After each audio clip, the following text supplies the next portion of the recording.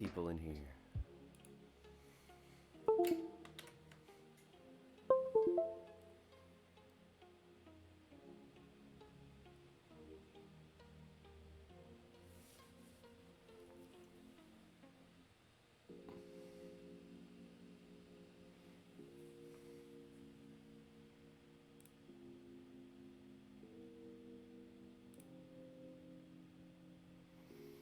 Hello, friends.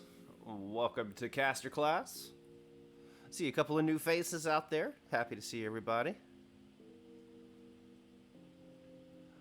We got some regs in there too. Ocean, Billy, SB. Hello, my friends. Chipmunks, welcome. Welcome. So this is a series where I just try to, get the casters together, keep our skills polished. We'll do some caster VOD reviews. We'll do some pro caster studies. We'll just talk about general caster concepts, and, what we should be focusing on, what we can do to improve. Today we are going to look at a caster VOD review from Ravish. This is going to be from the Overwatch Ace tournament. It is an APAC tournament. Essentially, contenders for people that don't have contenders in the Oceanic region. So you got a lot of Singaporean players, or whatever I'm trying to say. Players from Singapore, Taiwanese players, and the like. It's a good tournament. It'll be continuing to go on. I think the final day of group stages are Thursday, and then we'll go into playoffs. So keep an eye out for that if you have to be up late. You want to see some new talent. It's a lot of really cool games.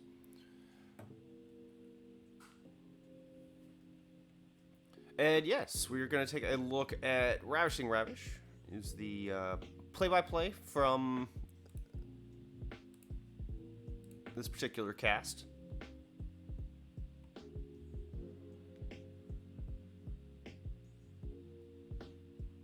So bear with me just a moment while I get everything set up here.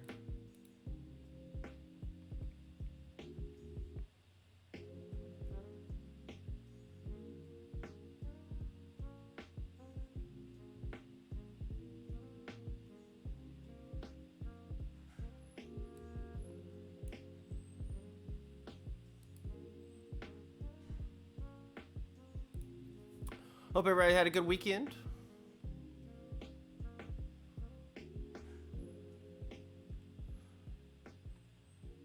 Monday is always a little bit of a sluggish day. I think it's a good day to do this, kind of help us get back in the groove for the week. I'm feeling a little sluggish today, not gonna lie. Oh, am I echoing? Shouldn't be an echo.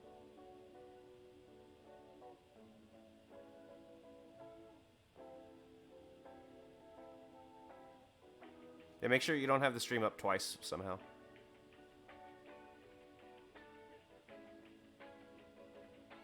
Yeah, Chipmunks, I'm guessing I'm hiding in the background there for you somewhere. Yeah. I've done it. I've done it myself. Duplicating Bull Skunk, we don't need that. We don't need that. I think one of me is enough.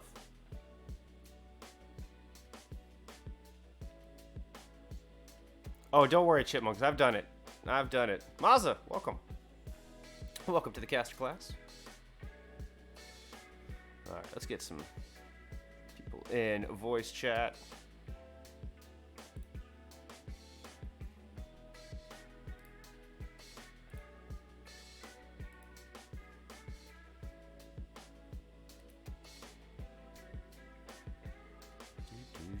Do.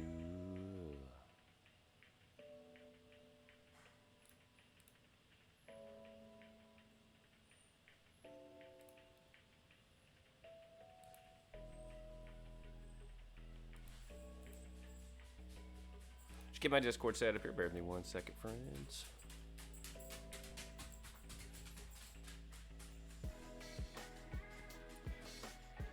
Alright, looks like Billy's made it in. He's still muted, but he's here, I promise. I swear, friends, he's here.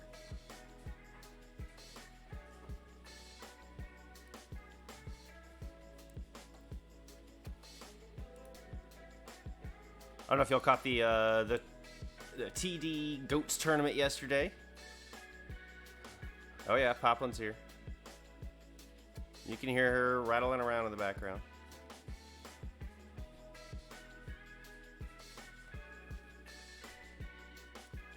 Hey, well, my echo is fantastic. Thank you very much. My echo is fantastic. I've put enough hours in this game. I at least know how to use everybody.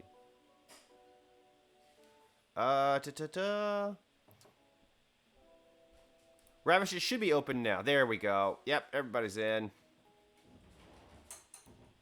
There we go.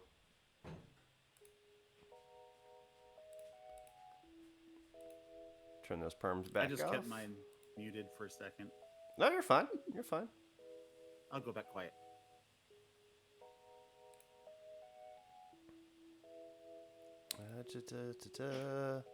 Ah. Needed to change my audio settings for Discord. It flipped around on me. There we go. Chat should be able to hear me, or the Discord chat should be able to hear me now. Yeah, Voided got reverse swept by British Hurricanes yesterday. Yeah.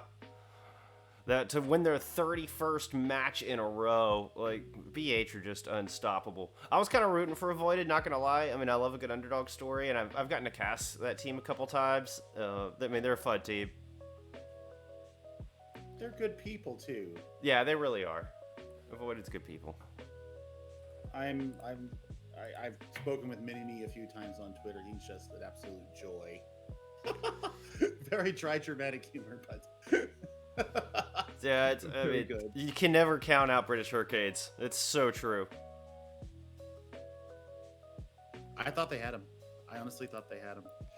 I mean, I didn't put a whole lot of stock into the control map because it's just going to favor that one-trick style, but I thought they could have had him on. But once Anubis kind of fell apart, I knew it was going to be rough. You could just see the momentum shift in a big way. It was a somber difference. And there we go. Ravish, welcome, sir. Thank you. Thank you. I'm very happy. I was servant muted for a second, which was fun. All right, cool. But I'm very happy to be here, mate. Oh, we're happy to have you. Hope you're having a good Monday. Oh, a fan-freaking-tastic Monday. And tell the people a little bit about yourself. Where you from, and how long you've been doing this, and all that. Yeah, sure. So I very humbly go by Ravishing Ravish, the most ravishing man on the internet, as you can clearly tell. And I've been doing casting just about since March, late March, early April. Okay. After I finished my master's, I decided, like, you know what, like, casting is an opportunity. I love esports. Since I was really working in the actual space, because I work as a social media manager for a esports talent agency in Toronto here. So I was like, you know what? Awesome. Thank you. Yeah. So I was like, yo, you know what, man? It's like I'm good at like three things: talking, writing, and breathing. So I was like, let me go ahead and try to monetize at least one of them. Well, right on. Yeah, and I actually got my start in Overwatch, went over and expanded to things like Rocket League, League of Legends, and Valorant. So yeah. Oh, that's awesome. I mean, you're really casting a wide net. That's not. That's not easy to do. I'm looking to get into some more titles myself. I've just been very Overwatch centric for the past year and a half or so. I mean, hey, well, you do a damn good job of it, Blossom. Oh, cheers! So Thank you. Yeah, of course. Let's see. Did we get? Do we have a link for that VOD? We should, yes. So it should be in the Unhappy Without You Twitch, or I can also probably go ahead and pull that up and send it your way. Because he also converts those into highlights later on as well. But yeah, nice. I have the link right over here. Oh, perfect. Okay, let me go ahead and rewind to right where you end off. So, unless you want to VOD review yourself, then hey, pal. I mean, we've done it before. But no, we're going to focus on you today. All right. Thank you. Fantastic. Okay. All right. Let's see. I did not set it to skip to 2:35. But yeah, you just skipped to 2 minutes, 2 hours, 35 seconds. Okay. That's where we're at. You're awesome. Oh, ads. Oh, ads. Oof. It's a food ad too, so it's instantly gonna make me hungry. This is why I got food before this. All Make sure right. to sit down, be comfortable. All right, let me go ahead. At least be full while I get berated on stream. I'm all for it. Yeah, that's a smart plan. Smart plan.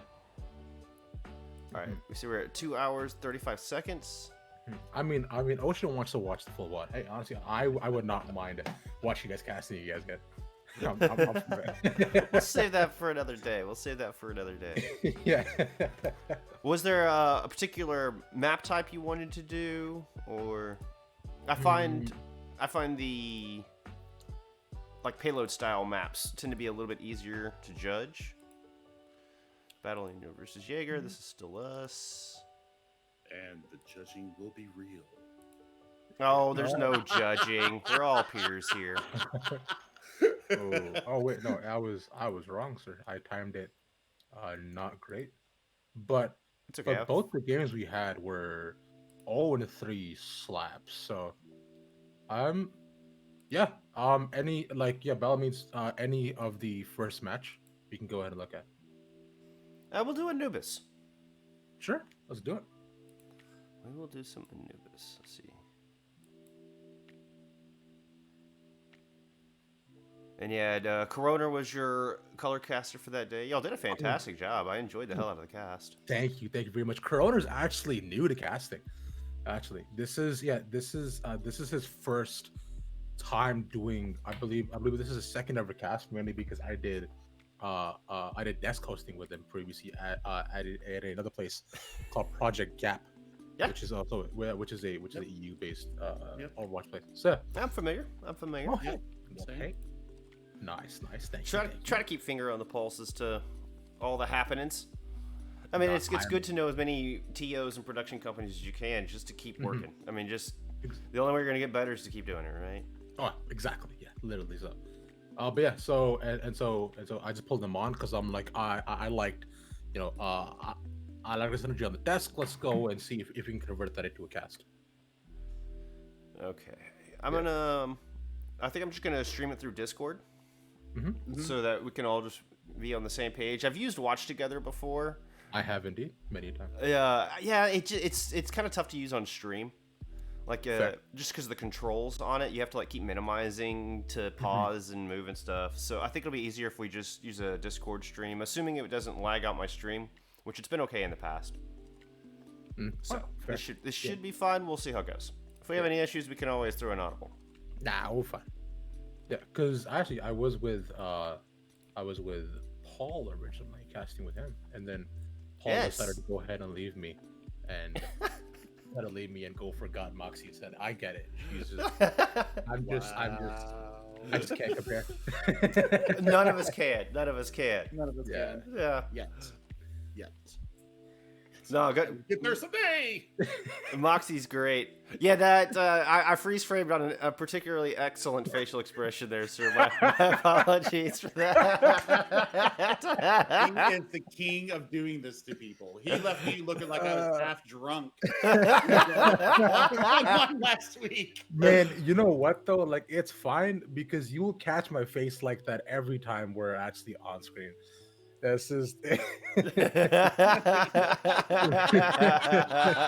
my apologies, friend. Every freeze frame is a bad one or good one, depending on who you are.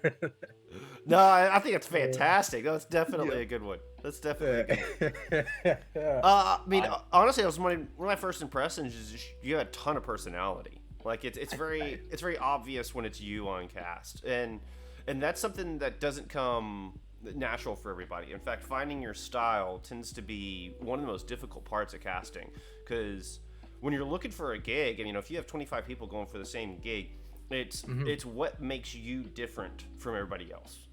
I mean, everybody can, assuming everybody has the same game knowledge, everybody can talk about Overwatch, but what makes you stand out? What makes you unique in the space? And having that personality, I mean, already right out of the gate, a big leg up. Oh, thank you, So, man. Thank you. yes, sir. I try. You remind me of me. That's when the goal comes in. No, seriously, this is what I look like when the camera's not on. You two casting together, I don't know that the world would be able to handle the amount of personality coming through. That the cast. sounds absolutely phenomenal, mate. Yeah. Yeah, Oh it's, man. I also went for the Hawaiian shirt because previously when I was on, I pretty much got dubbed in the Ace chat as Budget Golden Boy. So I saw it. It was hilarious. I mean, I can see it. I can see it. Not gonna lie. I'm you know what, man? I'll take it. Golden Boy is like a perfect hero of mine. Absolutely. Yeah. Mine too. Are you kidding? Like that. That's what we should all aspire to. I mean. Ocean, you're sneaky. Ocean wants to watch some Overwatch. I get it, man. Yeah, he just wants to see Asian Overwatch. He wants to see Asian Overwatch. He's a little biased. He's a little biased. We give him He's some a shit lot for biased. it. He's a lot biased. I actually have a pot of tea going. I'm gonna go pour that up real quick before we get started. So Keeping him even more in suspense. yes. I'm just gonna keep it right here for another 2 minutes. Oh man, y'all can entertain chat for a minute. I have full confidence. Can I tell them? Yes, there you go. This is a perfect opportunity for Billy. You, go ahead, drop some news. All right, so I told those of us in the CGL in our stream production, we were waiting for some news today. Myself, Bull Skunk, Ocean, the stinky one, and Paul have all been accepted to cast Contenders Trials. Oh. So, I did not expect to get here this fast.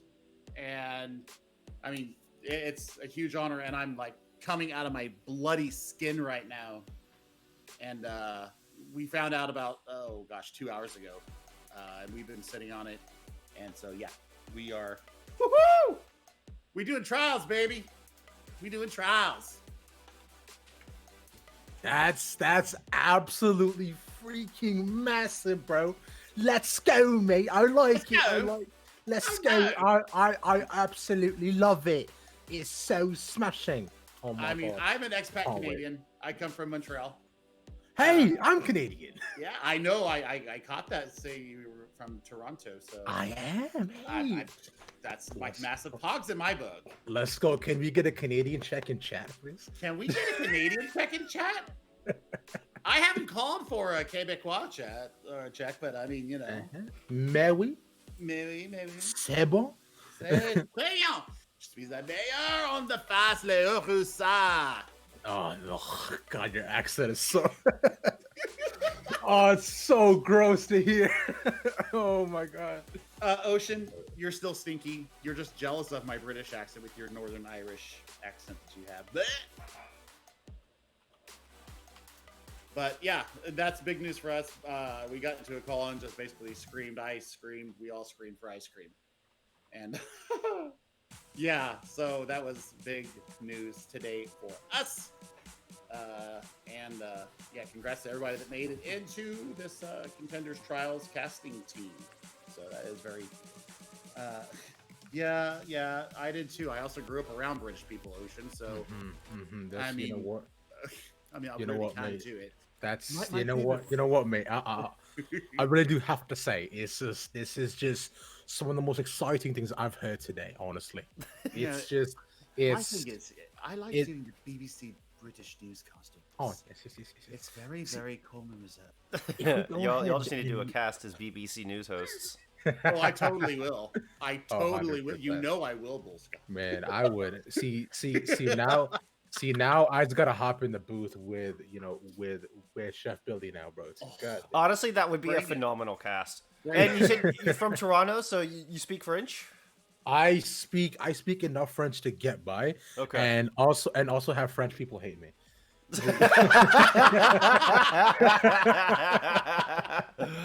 Well, Billy was born in French Canada. I French heard. Canadian. Oh Lord, Yes. you're so Texan. I did it very intentionally. Thank you very much. Ocean, you're not turning shit off. You're gonna watch this because it's Asian Overwatch. Don't threaten me. Ocean's not threaten going me, anywhere. child. Don't let him fool you. All right. Well, I think we've wasted enough time. Y'all ready to get in the meat of this thing? Yes. Let's do it.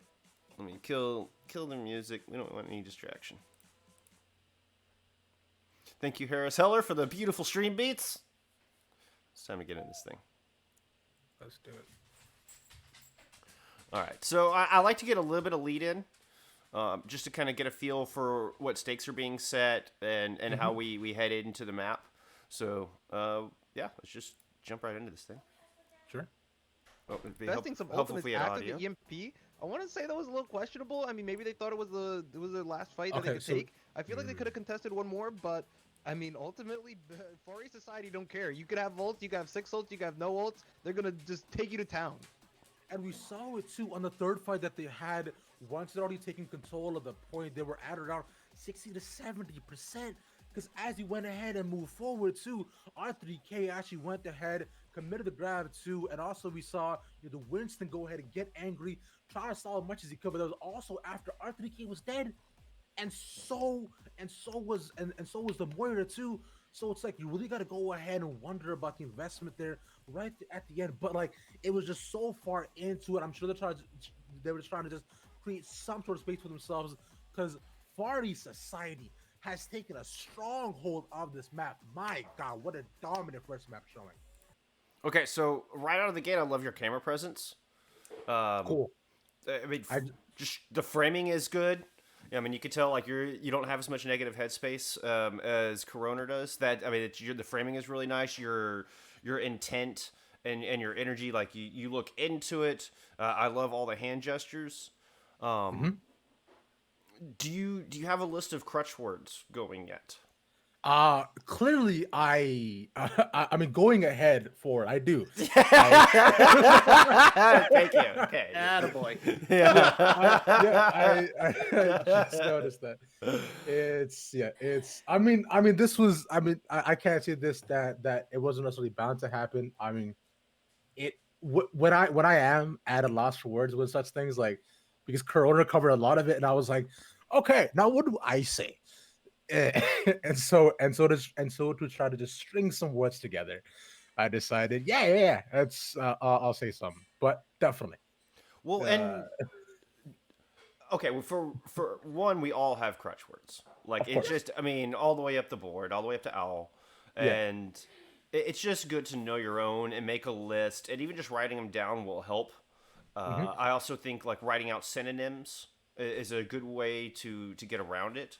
So you can write down 5 different ways of saying that thing, and try to start kind of cycling through or using other adjectives, using other ways to describe whatever it is your crutch might be. But at the same time, don't be afraid to slow down a little bit. You don't feel like you have to fill all of the space. I mean, talking because you have very high energy, right? Love it. But don't be afraid to kind of slow down, gather your thoughts. It's okay to process during a cast a little bit. I mean, obviously you don't want to leave dead air. Yeah. And you want to speak with intent, but it's okay to have a bit of a pause. It's okay to pull down the energy level a little bit and analyze, and we're all learning together type of scenario. Yeah, gotcha. The one note that I would give is breathe. Yeah.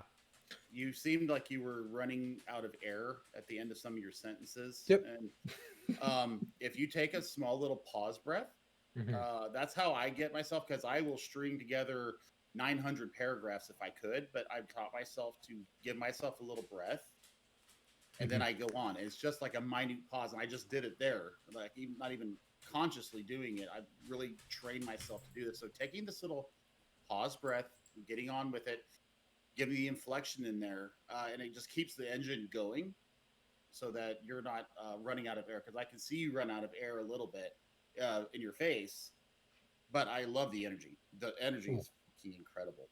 Thank you. Coming from me, I love it. Thank you. Good feedback. Yeah, they're definitely out for blood. They came here to win, and they're showing why they should be the best. They want to move up in that power ranking. And personally, they said ravishing. You know, you haven't put us in number 1 yet, and I think we should be number 1, and they're proving it right now. I mean, these guys are definitely going to give the top teams a run for their money, and we can see that Battle Angel moving down to number. I would just like to pause to battle Angie. They're so angry. All right. I didn't even notice that. He fixes it for map 2. Yeah. I'm sure, I believe it. Oh man, producers have so much on their plate. It's I don't hold them against them. It's just They're funny. not really holding their own. We want to see some signs of life in this next match, but if we see this for the next couple of maps, it seems like it's going to be a quick 3-0. I mean, it definitely is a tough situation for them right now. You know, they just came off of like a really intense like match coming in between Jaeger. It was a hard fought battle, which they did eventually end up falling to them, 3-2. So besides just a skill, which all these players have, it's a mentality thing, right? Going past the loss, getting a hard reset afterwards. We will see what happens. Maybe the side swap is what they will need as it does come in for the next map for both of these teams.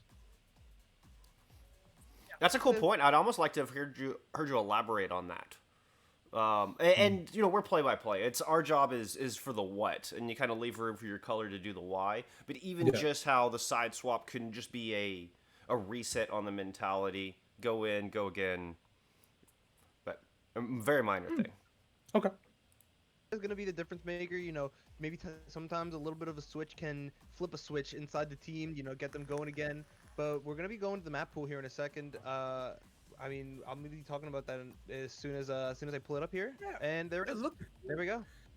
Look at that. Magic. We're going to go ahead no and hand. the Temple of Anubis. It was like you almost knew was going to happen, Corona. How do you do it? You're a magic man. It's honestly impressive. But we're going to Temple of Anubis too. What do you want to see Battle Angel bring out? What kind of cops are you expecting to see, Corona? I mean, there's a lot of things you could run on Temple of Anubis, right? Love the way you're leading the cast as well, or leading. I mean, I guess in this instance, the desk, but driving it forward. That's very good. Going in with that, it's an implicit throw. Talking about what comps do you want to see? What are we expecting to see? That's awesome. Minor note, I would keep an eye on your cord. I don't know how taut the cord is to your headset. If there's any way to get it behind you, it just helps for a more clean appearance. Oh, I like you're doing as well. I see it now too on your cam. Yeah. I always run my cord back behind me, and it just opens it up. I mean, it really comes down to a lot of the times you'll have logos or things that are supposed to be on cam. That's kind of where it derives from, but it just creates a cleaner appearance, and it stands out to me now. I mean, that's like Wolf and Achilles are the worst at it. They always have their cords hanging in front of them, and it bugs me. But that was one of the very first notes I remember seeing in a caster VOD review, and it's always stood out to me now. So it just creates a sharper appearance. Again, a very minor in a thing. classic Genji map, just I've done it putting already. over that little hole, that little cubby, sneak it in there, Jason Bourne style. But we might be seeing that, but I think teams are going to expect this. This is classic strategy. So I think that double bubble is going to be another just staple again. We've been seeing so much of it. Okay, it's good. It's entertaining. Don't. I know you do a lot of that. I noticed that, and it's very unique. I've never seen anybody really utilize it like that. You utilize the visual space, but don't want to detract from your other caster. That's definitely one feedback I've gotten before. Like, because it's like they're good, but it's like at certain points at times it can become too much that it is detracting from. Yes, because the focus should be the teams and what we're expecting to see. And while obviously we're part of casting is you're there to entertain, but you don't want to distract from what the points your co-caster's trying to make. So I would just keep it sparingly. Like it's good and it's worth throwing in. Just dial it back a little. Gotcha. And Winston can do so much in terms of getting onto the high ground, dropping back down, and as soon as you're like, hey, let's kill the Winston, he just says, all right, well, I'm out of here, losers. And he leaves. And he jumps onto the high ground, and you can slightly contest that point for so long, and even when you do lose that point, then you've got B, where you do have that high ground, you've got so much space to cover with the Winston, you can stand on top of the gates, and the Zarya just protecting him makes him even more deadly, even more disruptive in your backline. So I think that's gonna be what we're seeing. We see it come out of Battle Angel, Far Society on the Ball Diva. Maybe not gonna stick to that. I'd say they don't stick to that, but who knows?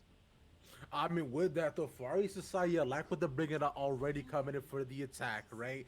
They're bringing in Sagi, bringing out the Echo, too. Now, the Echo is a pick I find we do not see often enough because she's so offhanded within, within type of compositions and she likes to play, and she doesn't fit into many of the classic, double bubble or dive comps.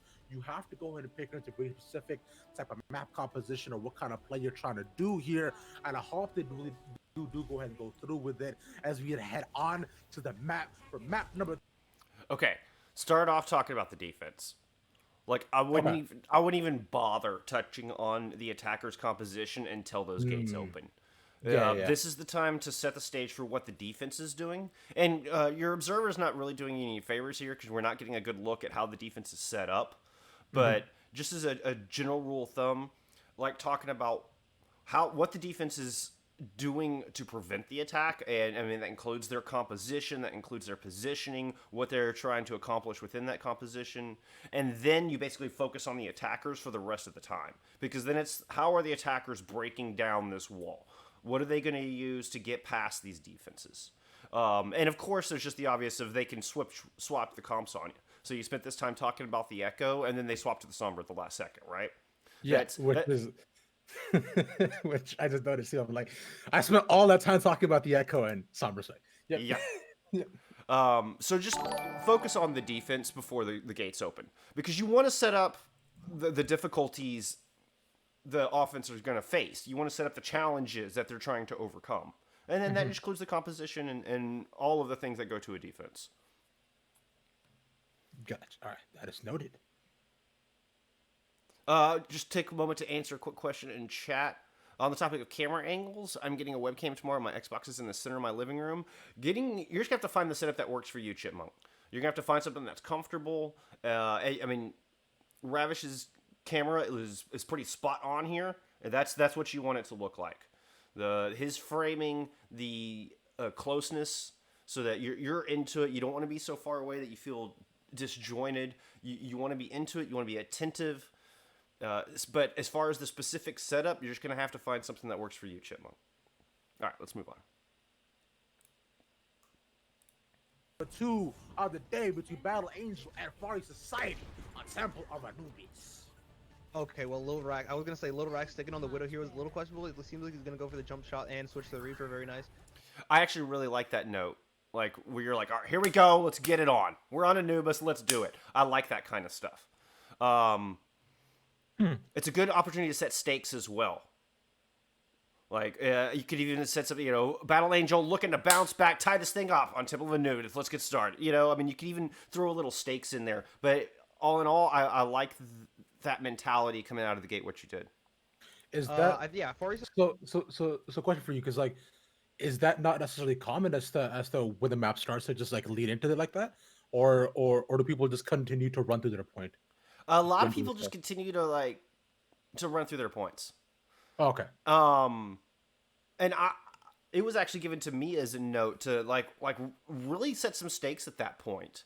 And don't be afraid to add some hype with those gates opening. And that's something I've always adhered to. And to me, it helps break it up a little bit. You're like, all right, we're getting started. Let's go. So I like it, but you do have to find a way to make sure it flows, seamlessly into the conversation. You don't want it to just come out of nowhere either. But I like that idea, and keep finding ways to work that into the cast. Because it does add hype, and setting stakes is about the most important thing you can do.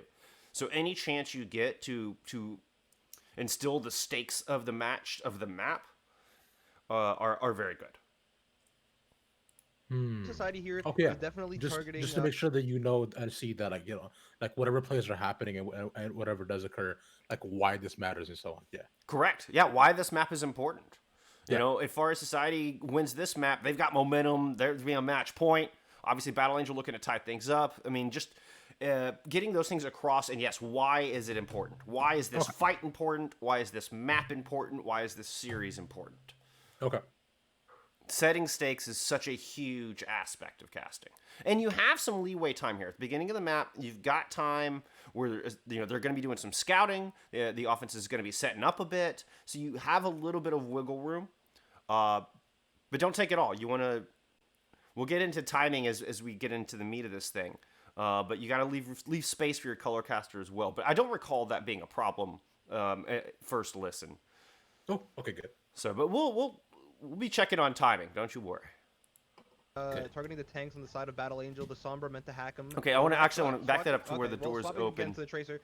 Yeah, they're This going might be a here little to burn tough, down the 'cause tanks. The Monkey Zarya is not going to have a good 6-hour time when they're broadcast. hacked and the Tracer blink. Let's back it If up. you just press the Like arrow classic, keys, you can go back 10 you know, seconds. double bubble Ah, or dive good tops. point. You have to go ahead and pick into very specific type of map composition or what kind of play you're trying to do here. And I hope they really do go ahead and go through with it as we head on to the map for map number 2 of the day between Battle Angel and Far Society on Temple of Anubis. Okay, well, Little Rack. I was gonna say Little Rack sticking on the Widow here was a little questionable. It seems like he's gonna go for the jump shot and switch to the Reaper. Very nice. Yeah, Far East Society here is definitely targeting the tanks on the side of Battle Angel. The Sombra meant to hack him. Little Rack, swatch it. Okay, well, swapping again to the Tracer. Yeah, their goal is to here to burn down the tanks. The Monkey Zarya is not gonna have a good time when they're hacked and just Tracer blinking all over the place. But I think that's going to be their main goal here. Far East Society is seeming dominant. They know what they're doing here, and they're going to be rotating to the top right Mega Room, a good place to stage a dive from, and I'm expecting to see that coming out in a couple seconds here. Attractive, what do you see in a commander position? Takes a bunch of damage to the face because of the mega attack still. Soggy, the fighting up against the Tracer. Has to go Rima yet again, but in the composition goes and fighting brings out. But Masu gets taken down. And the Tracer's kind of 2v1, but he plays quite well to try and dodge back and forth. But already, Far Society are on the point with 3 minutes left on the clock. Sasha gets quite low. Use the bubble, getting healed by the Mercy, getting pocketed too at the same amount of time. Have to go to back off. One tick not being completed just yet. As trading him back and forth. Sasha taking so low, gets taken off body by R3K. That's a little bit of revenge for the previous map. But right now, we see Battle Angel going to take the man advantage as well. Right, they go and get teammate. R3K actually commits to Gravitron as well to complete off that fight, and Far Society go for a reset.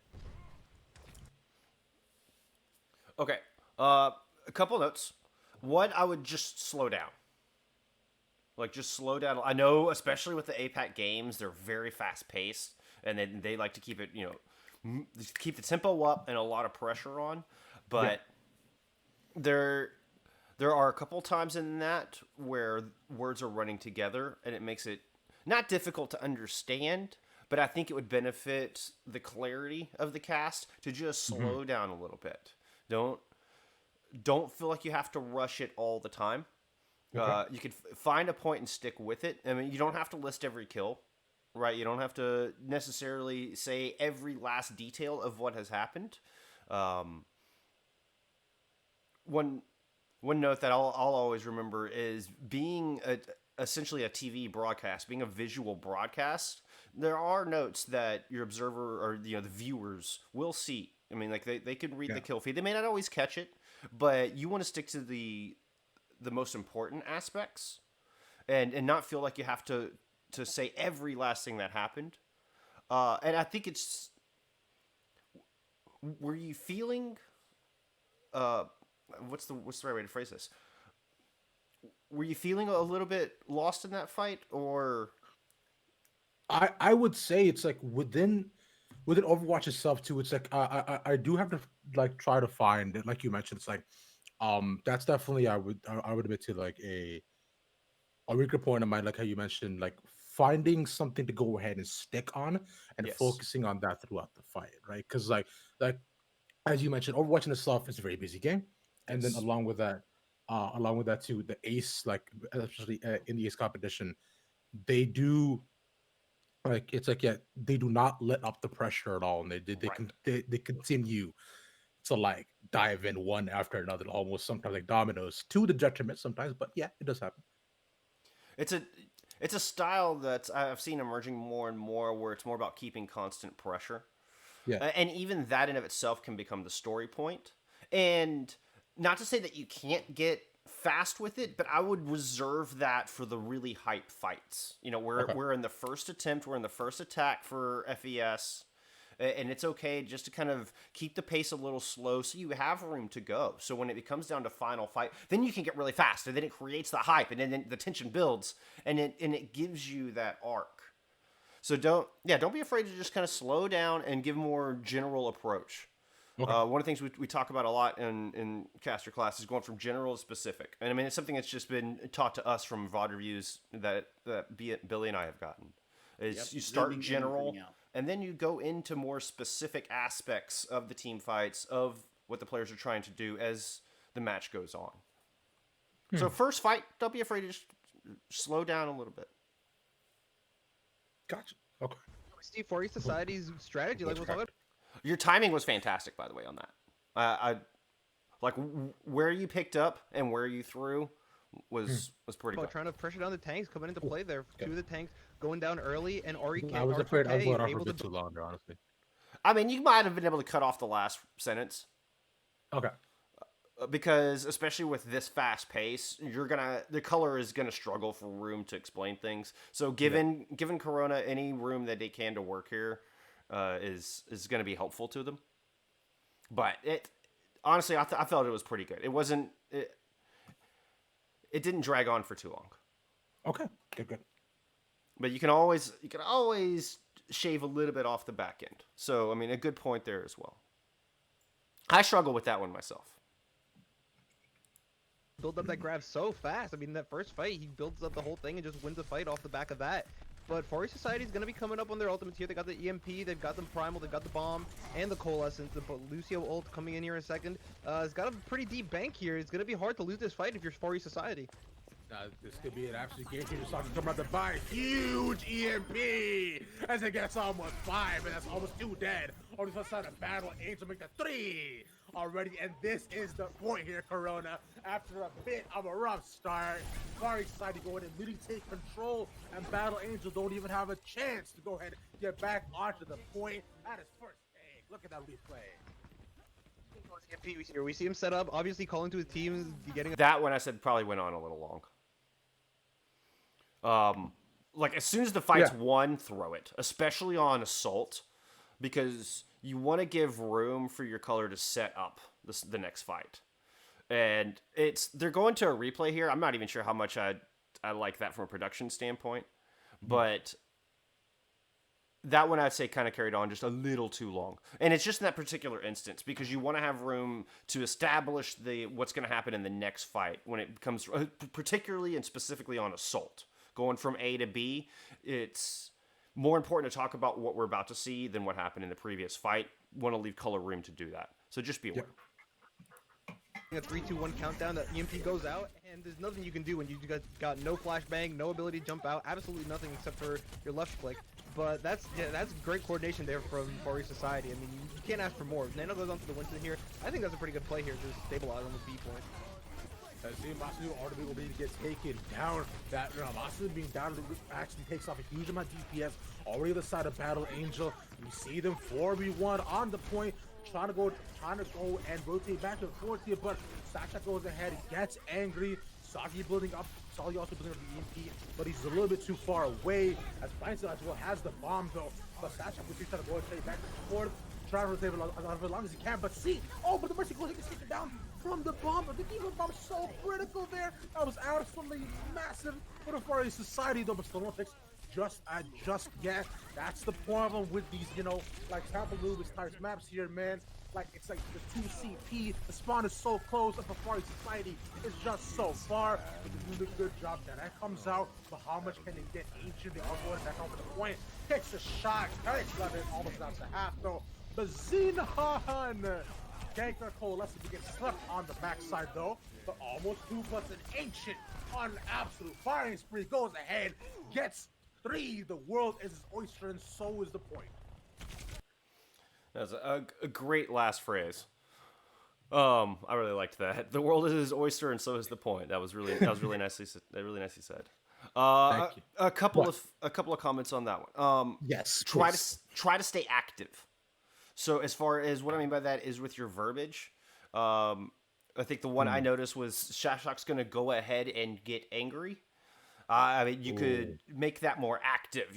Now Sashok is angry, or Ooh.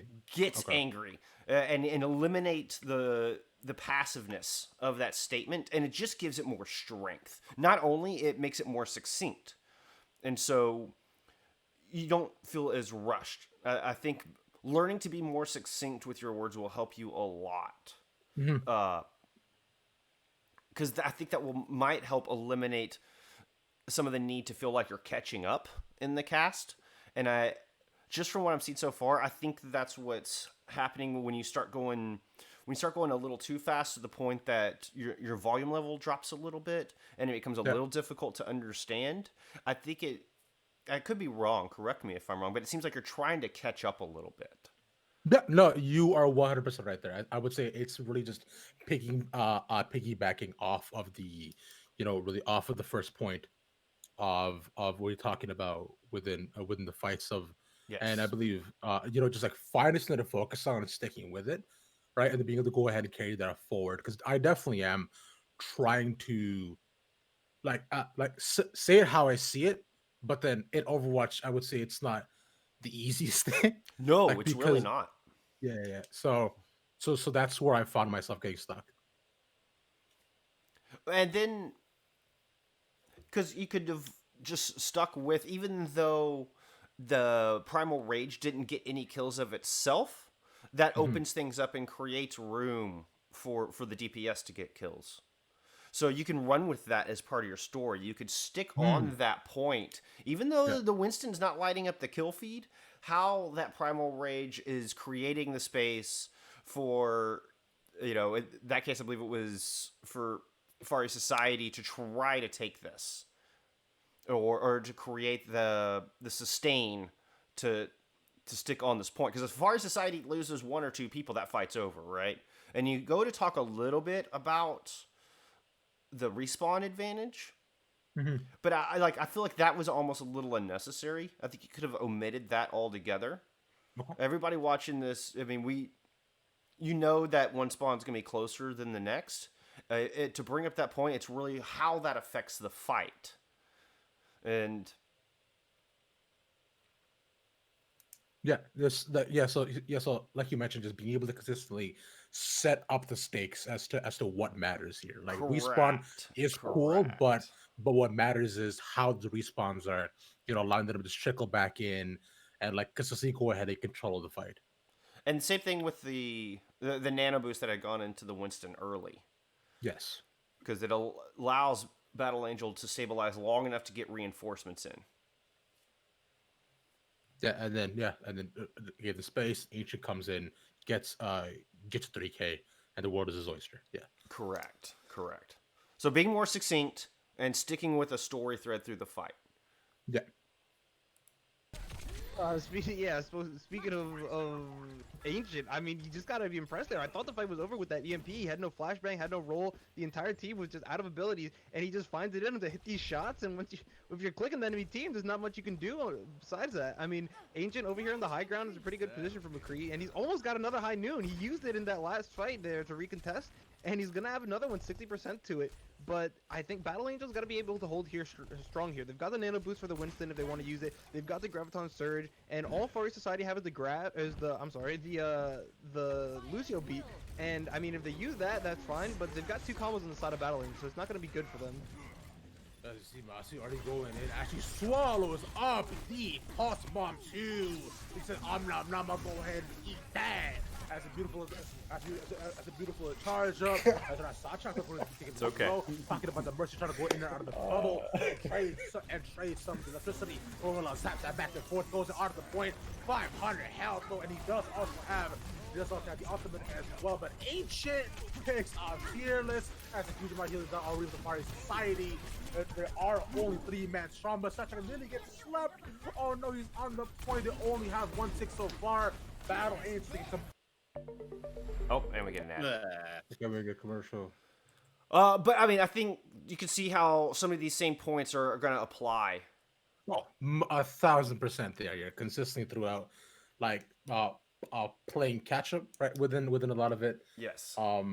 And essentially what I do see that I'm doing, I'm bouncing back and forth with it really just saying what I see and not and like which is like you mentioned like not necessarily it's just not efficient at all. Correct. And to Ocean's point as well, understood.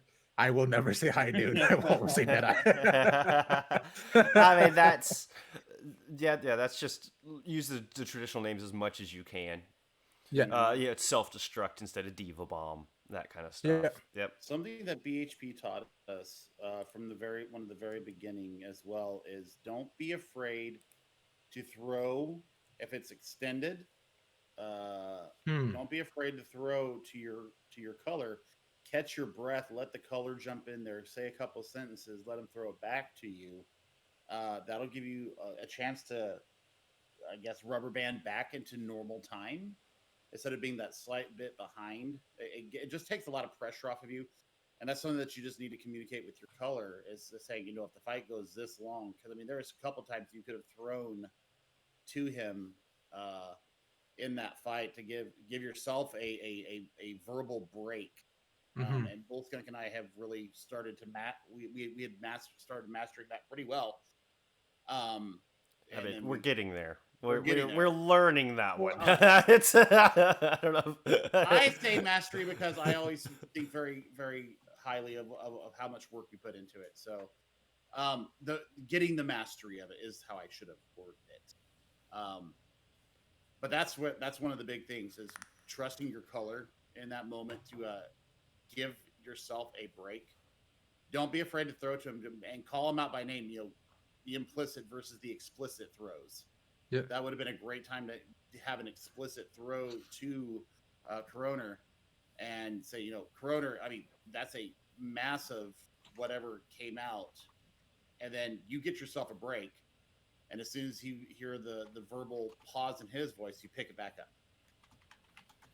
Hmm. Yeah, yeah. So yeah. Being able to actually like, of course, like you're being able to like let him know like, hey, please talk for me for a second, just by saying his Yeah, name. Yeah. throwing their name in is a classic way to do that. Hmm. Mm-hmm. I mean, it could be something as simple as now Giga's got this primal rage. He could stall out if he wants to, Corona. Yeah. Something of that nature. Okay. Also, hear myself sometimes like say ridiculous things. I'm like, there was no need. Like it's okay. Like. Right. No, it's and again, love your personality, love your energy. That's gonna come across. Don't feel like you have to be super clever or always doing something to get that across. Your personality is big, and it is going to come across on that screen. Okay. You don't have to embellish it at all. Yeah, because then I just think about how like I believe it was a pulse bomb the guy had eaten. I was like, oh no. I was like, Ain't nothing wrong with that. I love that. No, but what I will say is I would have stuck with the storyline on the diva for a second. Yeah. And keep on the impact of the diva. One of the things I'm finding is it seems to be a little all over the place as Yeah, far as the focus is kind of jumping around, and it needs to flow around. Because yeah, there's going to be lots of things to talk about, but try to keep a consistent storyline on what you're talking about for that fight and the impact that player is having. And it can be your color caster that feeds that to you. One of the best ways to go off of a transition is I think Corona had led into this fight with, they've got the nano boost for that Winston, and then you could focus on that and use that to transition into the opposing tanks and talking about the diva and the great play the diva made. But I mean, however you decide to do it, I'm just going off the cuff here. But however it works out, there needs to be a consistency to the focus, and so it's easy for the viewer to follow along with what's happening on screen. And that's your choice. You could literally just talk about the supports the entire fight. Yeah. If you so choose, and the impact the supports are having to keep the tanks alive that are creating the space for the DPS, or whatever the case may be, or to their great ultimate usage is what's keeping this team in this fight, what's keeping Battle Angel from giving away this point. I mean, it's your choice on what you want the story to be, fight to fight, map to map, and it can literally be anything. If you present a good story, to back it up. But I think it'd be better to focus on just the supports than to bounce from these. It seems like almost like a pinball effect, where it's just kind of bouncing around and then runs into something, and then falls and runs into something else. Like it kind of has that feel to me a little bit. No, which and I would very much agree with you. That's Try not to pinball. all right. Yeah.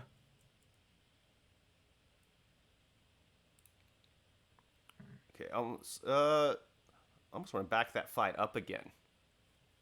Okay. Let's back that fight up again and see. Oh, whoa, that was way too far for. Yeah, scuff stream. Skunk moment.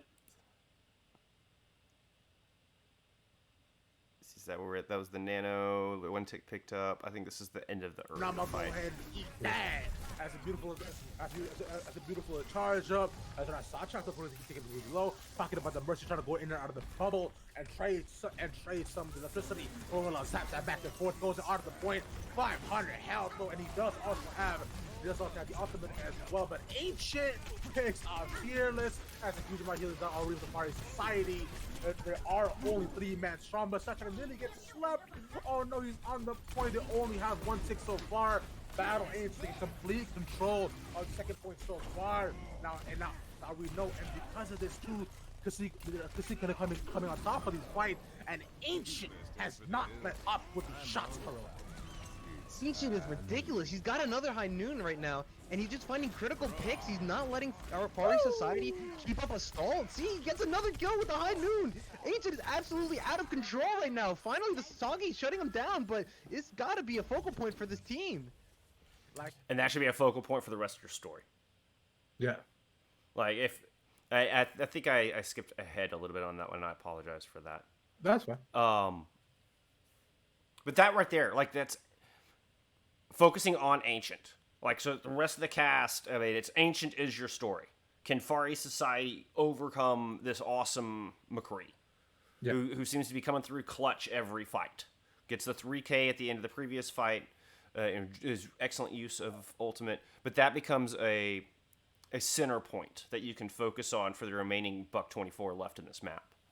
Okay. Like it definitely does. You're just as far as society went ahead and posted up on R3K on the previous point.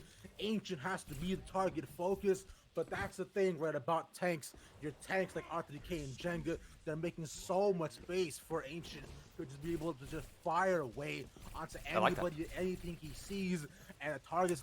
Although I will say this is color time. Yeah. Yeah. You back up. Arrow keys worked back up here. Nope, I just decreased the play speed. That didn't do it.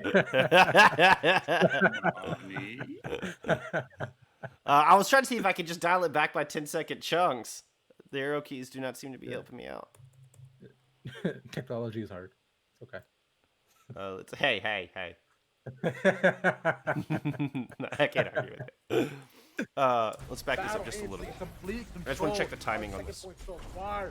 Now we know, and because of this too, Kasik gonna coming on top of these fight, and Ancient has not let up with the shots per round. Ancient is ridiculous. He's got another high noon right now, and he's just finding critical. Yeah, see, I feel like that whole thing you could have just been talking about, it would have fed into what your color wanted to talk about. As soon as he gets the kill on the baby diva, like that was a sick shot. Yeah. Right? He gets the headshot as she's falling out of the sky and then ducks around the corner, then follows up with a kill onto the Reaper, drops the high noon. I think that whole time could have been talking about the McCree. Picks, he's not letting our party society keep up a stall. See, he gets another kill with the high noon. Ancient is absolutely out of control right now. Finally, the Soggy's shutting him down, but it's got to be a focal point for this team. Like it definitely does. You're just as far as society went ahead and posted up on R3K on the previous point. Ancient has to be the target focus, but that's the thing, right, about tanks. Your tanks like R3K and Jenga, they're making so. Yeah, see, that wasn't really on you. I think Corona should have kept going. Okay. And I might have even have thrown, like, come in. So say he finished his point on talking about the previous fight. Come in and even just a one sentence. And this is where you're going to have to just feel out how to reset, because just like you reset in fights in Overwatch, you reset as casters on timing. And I think that would have been a chance, because I'm worried this is about to screw up the timing on this whole final fight. Or it's, I guess, second to last fight, depending. If I remember correctly, Far East actually gets it here. But They do, yeah. So that might, it's an opportunity just for like one word. Or one phrase where it's like, and now Far East Society coming back with the EMP. Corona, do you think this will shut down Ancient? And it might give him a little chance. Just So a much space one for phrase Ancient reset. to just be able to just fire away. So like onto anybody. actually, like so actually like setting him up and leading him into being a lot more host like I was before, especially by setting up the team comps. What are you going to do? Because Absolutely. Because you want to give the viewers something to look out for this next fight. All right, so if we're looking here, what's important right now? We have 65 seconds on the clock, 66 seconds on the clock. What is important in this next fight? Well, for our society, this is definitely going to be like pretty much almost either their second to final or the final fight, depending on how it plays out, how long it goes. Soggy has the EMP, but almost and Fearless is almost built up to his ultimate as well. Besides that, but mainly the EMP is one of the biggest points. No, on the other hand, that's exactly it. You have 66 seconds and an EMP in your pocket. If they don't land this EMP, there's not time to build up another one, right? Yeah. So this is last chance for a good EMP to close this out. That is boom, story. Okay. And if you want to touch on defense, maybe they can counter with a good graph. So and again, there's always options. As far as we've seen Plankton eat an ult already. If Plankton can eat this grav up, it's going to be easy peasy for Far East Society with that EMP. I mean, but that's those, you've got very specific things that you want to point the viewer at. Yeah. And it could be, Fearless get the sound barrier up to counter the grav. But you need to make a choice and point us in the direction you want us to look. You're driving the train. You've got all the cars behind you and the viewers. You're driving it. Make sure it's got a clear direction. Yep. But anything he sees and a target selection on Safaris couldn't have been better. Consistently, we see Fearless and Xeon get taken out by an Ancient. But see, this whole time should just be setting up this next fight. This next fight is extremely important. And I think this time would be better spent establishing the stakes of the next fight for sure. He's already 30% yet again to Duly the noted. Dead Eye, but he's going to go ahead and build off to that quick. Yeah, and we see both support ults coming up for battle lane is going to be important. Yeah, that's exactly what I was afraid of. Did not need it. The pulse bomb getting Lucio. That's kind of a nasty combo right there. The pulse bomb grab. Yeah, the boss bomb goes and sticks us time goes against onto Lucio and Battle Angel. That's it. That's the fight. Far East Society cannot contest at all. All that investment pays off in dividends here, and Battle Angel have collected. Far East. So now Soggy is held on to that EMP. Yeah. So that could still be a continual thread heading into what is truly final fight now. But my original fears were true. Because of the timing of it, the timing got off for that fight. And Corona tries to bring it back. He just does like one phrase. He sees the grav come out and things start happening, and he tries to give it back to you. But the fight had already pretty much been over at that point. Yes. Yeah. Society not out of it yet though. You want to look at the ultimates here. The Battle Angel's gonna have the Primal Rage and the High Noon, but Fiery Society coming in with 5 ult. It's the only thing they don't have is the Diva Bomb. So if they can find a way to use these ultimates in good combos, use them in tandem, try and get some space on the point, finally get some breathing room, and take out Angel. And this is more a color thing, and getting a little nitpicky. But instead of saying they've got 5 ults, I think it's more powerful to talk about the really important ults. To really correct. We can, as a viewer, we can see the 5 check marks. Yeah. And yeah, you could say, there's a massive ult economy favor in Far East, but yeah, stick to the important ones. EMP. Straight up. Ancient, it's looking good for them. The EMP getting ready to set up. His dive comes in, and the EMP is going to take him out. Hoggy out only goes ahead and hacks 2 people, but those are all dead with Ancient R3K. Also, we see as well, like R3K, when he gets taken down by the Death Blossom. As a shocker to the face, the far east. This is the fight they wanted. This is the fight they needed. As Mercy goes ahead, they still make the mess to the face. But the question is, can they go ahead and continue to maintain control? As now Battle Angel has spawn advantage. The far east cannot go down. What are you thinking? Okay, cool. So, so I do have. Well, I do also have a fun little speech impediment as well, which will happen at times. Whereas Okay. you can look at you can clearly tutter. If I like you just saw, if I don't have enough breath in my system, I'll end up just either stuttering or flubbering a little bit here and there. Right. Yeah. So, which is I'm sure is very common for many. So it's like It is. so it's like so with that, I do consistently hear myself because I know at the time I can go ahead and envision like I was definitely running out of breath Right. and then trying to still say stuff. And with that happening, I now sound a little bit like a little bit I'm essentially just fumbling over my every next word, which is no bueno. Right. Yeah. What do you think would help with that? Well, one absolutely massive point, which both you and Shep talked about, would be going ahead, allowing yourself to reset a little bit. One, like you don't have to either one say every single little thing that's happening in front of you, Mm-hmm. which is absolutely massive. Thing number two, passing it off to your color, Yes, sir. right? Yeah, passing it off to color, so you can go ahead and breathe a little bit, reset, and like go back and renew the focus, and allow him to set you up for whatever else is in front of you. So I'm not just jumping, or as you mentioned, ping ponging back and forth. Yes, sir. Yes, sir. And there are good ways. There's some things you can look for. So one, I would say, I mean, you could focus with what's on screen a bit. Mhm. So there was, we were watching Lil Rax on the Reaper after the EMP, and that your focus could have just been clearly on what the Reaper is trying to accomplish or the impact the Reaper is having. So we're watching the Reaper. You said, the EMP has now made room for Lil Rax to just lay down the shotgun blast, the Edge Lord just cleaning up on the back at this point as we go into overtime. But here come the stall characters. Boom. And that can initiate a throw, which leads into my second point, is when it gets into these long, drawn-out fights, you can have things, I know I have things that I look for that I know are going to draw out the fight for a little bit, and it gives me a chance to breathe. And this is something where I had to sit down with Ocean and Billy and have a conversation of, okay, if I see the tank return to the fight, you know that's going to take a second for them to whittle through a wrecking ball. Yeah, and so even just something as simple as, well, here comes the wrecking ball to try to stall. And that gives room for Corona or your color caster, whoever it may be, to get a phrase in.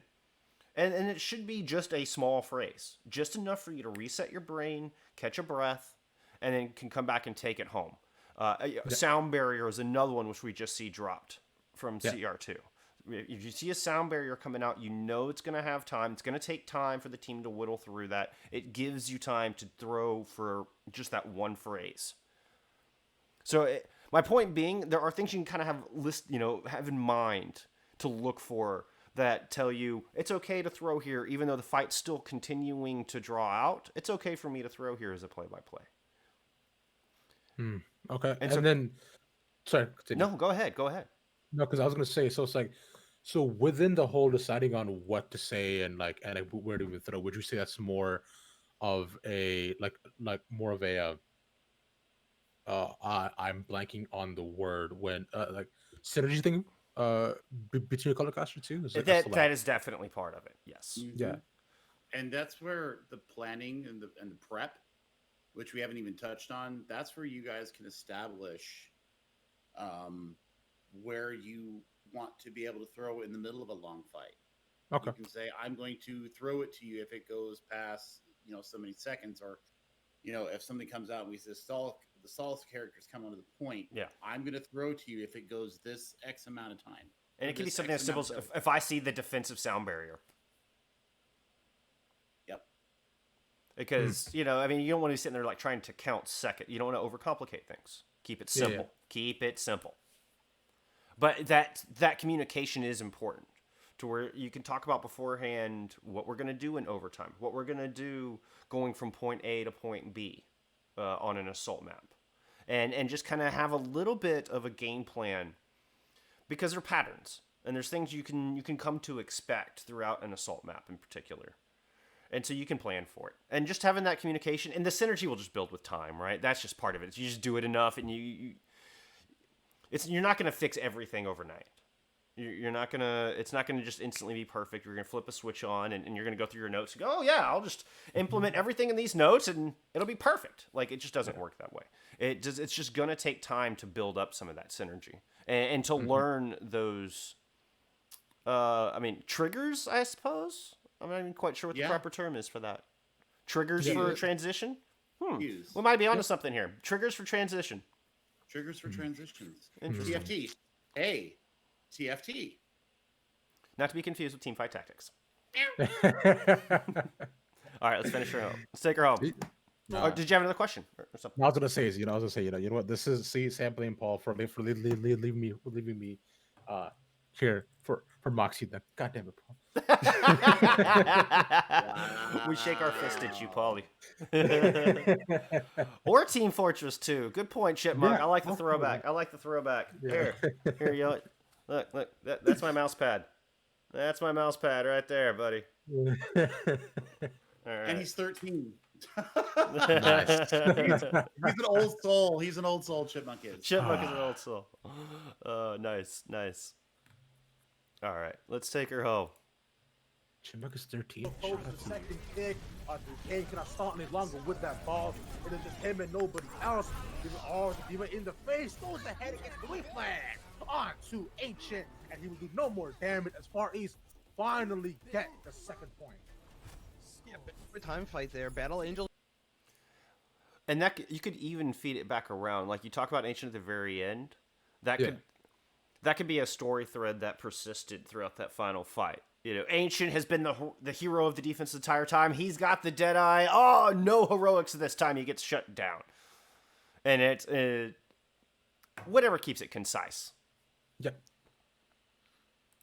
Got a little bit of a recontest, but Fari Society refusing to go down easily. The beat keeps him in the game, make sure no one gets picked off, you know, allowing Battle Angels to start getting stagger fights, and they quickly and decisively take that last fight. I like the speed. They know they have. I would like to put a disclaimer. We're not experts either.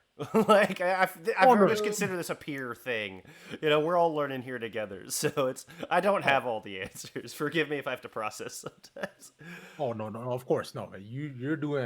You're doing perfectly fine. This has been insightful at best and insightful at worst and phenomenal at best, I say. Cool. So I hope you're getting some out of it. I'm learning something just getting to sit here and talk with you about it and stuff. You know, it helps me out. I hope you're got some things you can take in your next cast too. That just makes my day. Of course.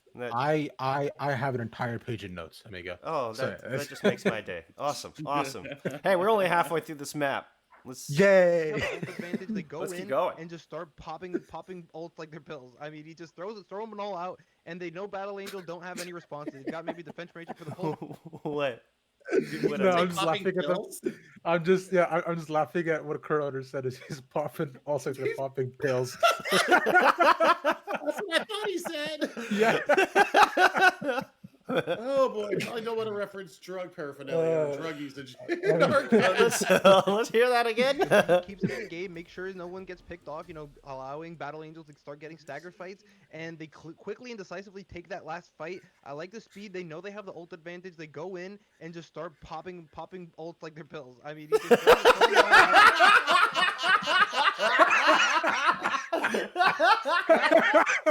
yeah, I probably would have refrained from the drug references. It's like he didn't mean to say it, but he just yeah, exactly. You kind of hear him second guess himself as he's saying it. Like it's one of those putting the words back in your mouth as they're leaving. Yeah, they're popping pills. No. It's like, oh, well, fuck it. Yeah. I'm committed to this. Oh, it's too funny. Oh, that's great. Oh, and they know Battle Angel don't have any responses. They've got maybe Defense Matrix for the pulse bomb, but that's about it. We're gonna be flipping sides here. I'm expecting similar compositions from. He even starts rushing his talk. Like he's like, let's move on. Like, let's just get away from that. I'll just forget about that. I've got to get through this analysis set up to get it back to Ravish because holy fuck, I need to go wash my mouth out. I've said and I've heard nothing. Please. Yes. Organizing We've all been there. Don't you worry. Uh, Oh man. and We Battle won't Angel. talk about the fuck on the broadcast that I accidentally threw in there. We Oh will not yeah, talk you've given some Swift French lessons there, Billy. Oh, and I've had some of the most embarrassing name swaps and name screw ups that you could possibly imagine. I don't even want to embarrass myself by delving into them here, but you know, I've had some gems of some name screw ups that were just my face turned beet red as soon as I said it. I Yeah, felt I bleed mean, on It camera. happens. Yep. It But happens. I mean, for example, here, I still don't know how to say that Mercy's name, like CR2. I don't know how to say the name. I remember I called them Mercy or whatever somebody was playing the entire time. It was CR2. CRT. CR2. You commit Oh, to is whatever it- you want to have. Yeah. Oh, something like Crucicue. No, it's CR2. We and that goes back to prep. So when you're doing prep, I mean, go down and like I write down both rosters. I have 4 different booklets that I use for various tournaments depending on what platform they're on and what production company they're with. And I always write down the starting rosters on each side of a page, and I'll make a little T and write down records up top. You know, this team's 4 and 5, this team's 3 and 8, or I mean, whatever. I don't know why one team played 11 and the other team played 9 in that scenario, but anyway, that's beside the point. The point is when you're writing down names, you can look down and go, wait, how do I pronounce that? What is that? And so it gives you a chance to discuss it, and you want to have that figured out before you go in. And it's okay to get it wrong, but get it wrong together. Yeah. So the worst scenario is if you and Corona are like stabbing at it from different, like one's calling it CR2, the other's calling it like Crew Koi, or you know what I mean? Like if you're gonna make a mistake, make sure you're making the same mistake. Mispronounce it the same way. But ideally, obviously, you wanna have it figured out. And this is an interesting scenario because we are dealing with teams who don't speak English. It was difficult. Like there was one translator. The observers didn't speak English, so there was like one translator talking to the producer. Yeah. And I mean, so this one was a little more difficult in that regard. So that's just, I would just consult with the producer, consult with your co-caster, and say, you know, how should we pronounce this? And yeah, you can just say, you know, Battle Angel's Mercy, or the Mercy on that side. It's an okay fallback. It's passable, but it's worth it to put through the time to go through and read down their pronunciations.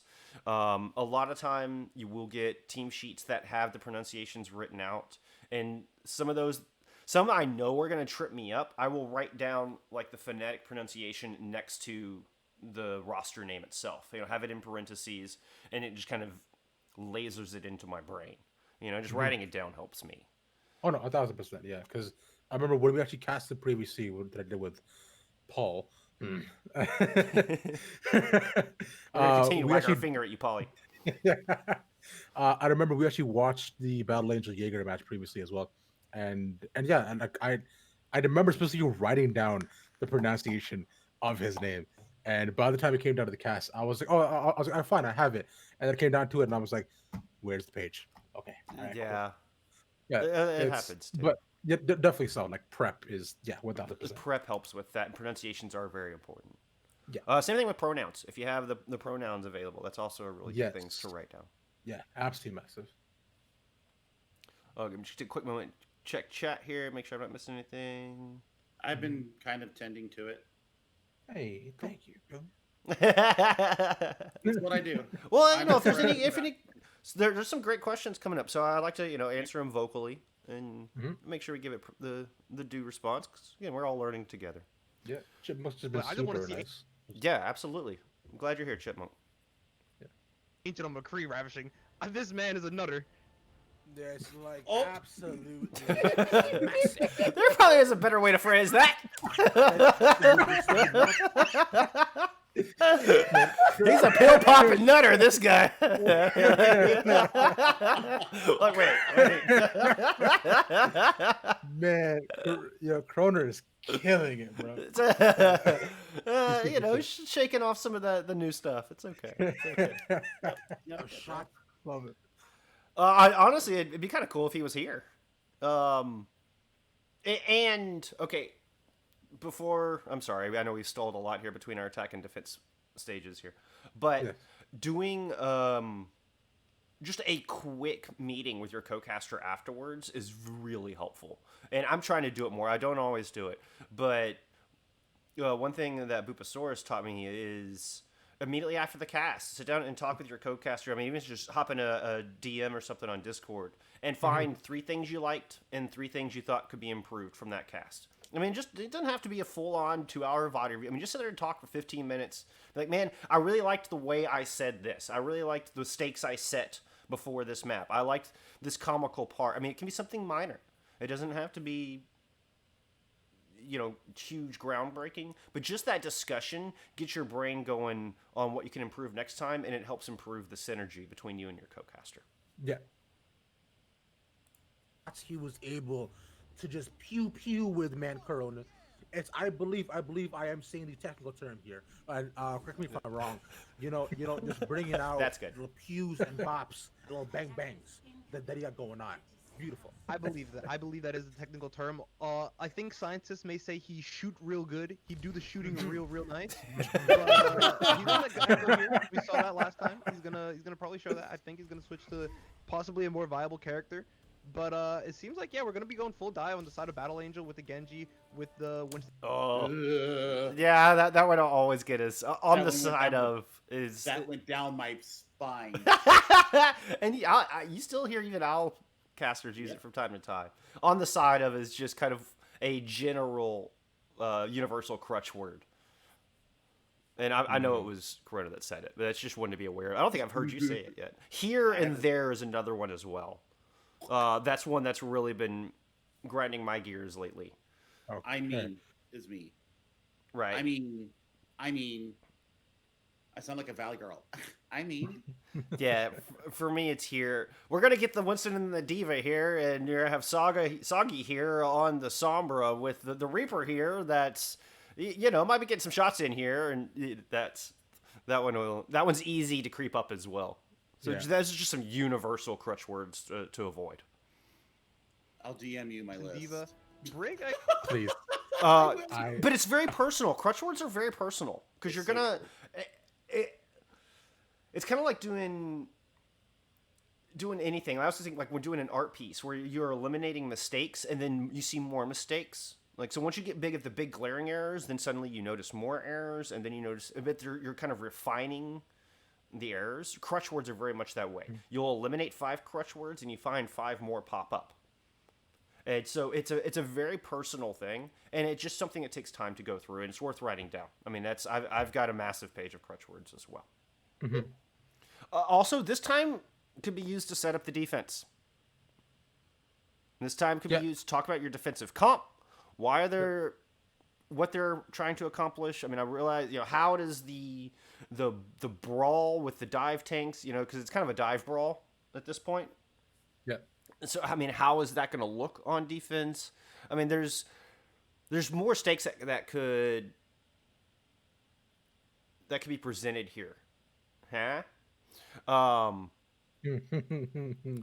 And so it's good to interject entertainment and comedy, but Except the swap. make sure you're setting the stakes. Yeah, but yeah. Making sure to go ahead and set the stage for the map that's about to happen. Correct. Especially now, this is absolutely huge stakes, right? 'Cause Correct. Parties. Yeah. Battle Angel need to do something. They said to go ahead and get hard to the point. And that's Well, gonna be a And if Battle Angel can complete this with a minute left or more, they'll deny Far East Society any attempt at an extra innings attack. So that's something I think would have been really important to say early on as they go on their attack, because that's key. That's a win condition, clear win condition for Battle Angel to tie up the series. Yep. break, not a very common composition when you're running a dive. But Far Society sticking with the Winston, sticking with the Sombra, and just classic stuff there for Far Society. That's okay. Yeah. See, I would have liked to have heard a little bit more about the defense before the gates open, because it's not. I mean, to say classic stuff, it's classic stuff for what we've seen the past map and a half. But I mean, this is a very new style of playing. So there's a little bit more that could have been extrapolated there, but that's okay. But for our society, we saw the defense on Nepal before. They pretty much stuffed everybody back, not letting them get a single second on the point. We'll see if they do that again. I like that a lot. They already go ahead and get onto the mid ground.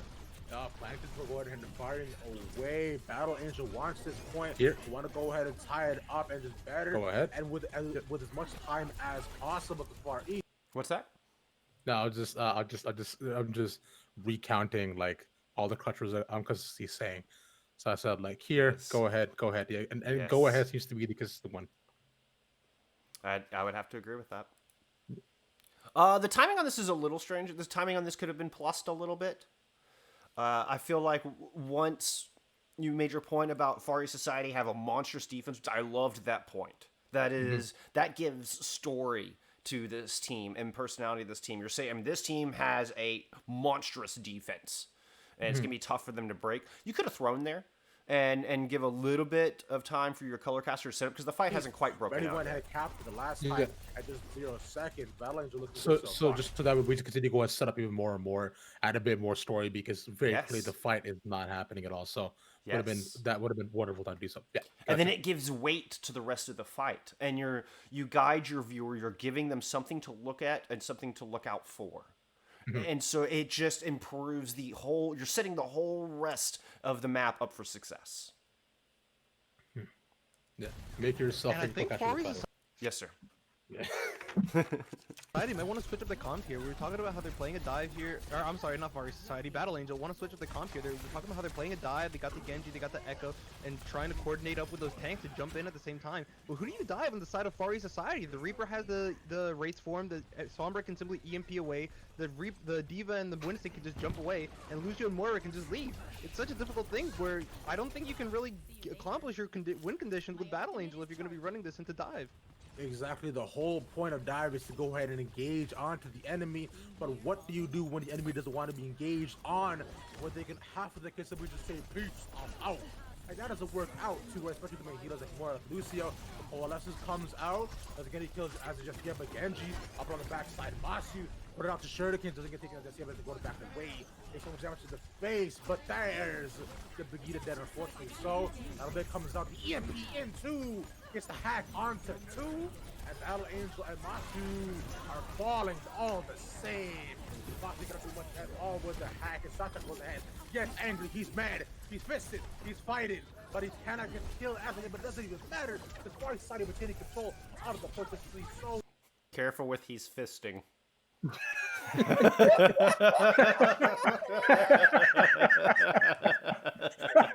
Careful. Pill puppy Yeah. better than fists. Yeah.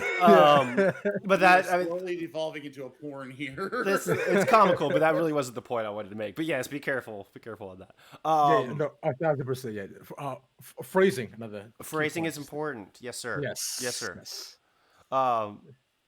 Yeah, that's we've But- all made some interesting vocabulary errors in that front. Again, I don't want to embarrass myself too much with some details, but I've been there. I think there was a Yeah. missed opportunity in the Nano Blade. So there was a lot of words coming out, right? Yeah. And I think this goes back to being succinct. And I think in this instance, the win condition for Battle Angel was that Nano Blade. Okay. That's what they were looking for to close this thing out. And it failed because Masu was not able to get the blade built up in time. Raymond threw out the nano a little bit early. Yeah. And so I don't know if that was a miscommunication on their part or if Masu thought that he could get, that alt fire in and get the blade up and just failed. But I think that was an opportunity to where this was your win condition, nano blade. There's the nano ready to go. Masu gets killed before blade comes out. They lose the fight. Okay. That's the story of that fight. And So, sorry, continue. no, go ahead. I was just going to say the rest is kind of just filler. Go Yeah. ahead. because I was going to say here, so then clearly as I see before, it is a consistent point of me just ping ponging around in the fight, Yes, sir. and yet again staying with the theme of saying what I'm seeing. Right? Yes. It's which is that can't necessarily work at all. So I wanted to go ahead and ask you, it's like, now what is what I'm seeing on the screen, right?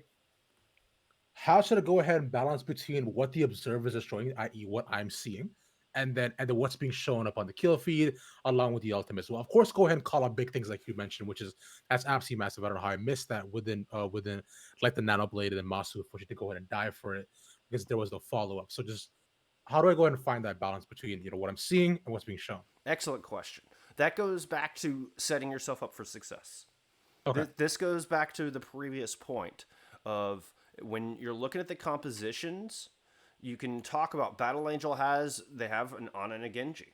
That they're going to be looking for this Nano Blade as a win condition for this opening attack phase. Yeah. And so then when it comes up, you've already not only prepped the viewer, but you've prepped yourself. And you've established that as a storyline and something to really look out for. And then what you're seeing on screen can be, how did that affect it? How did Plankton shut down the room and not allow that to happen, or whatever you're seeing on screen, how it had an impact on the win condition. And that win condition, it's like a pyramid, and you have Nano Blade at the top of the pyramid, and everything else are just playing into that. So, and it can be something as simple as Ray Momo is building the charge fast. The tanks are going and taking a lot of damage, but that means Ray Momo's building that nano boost that much quicker. And so everything can reinforce that underlying story point and that win condition. Yeah. And some things just break expectations, and you can explain why it broke expectations. It's okay. You're never wrong.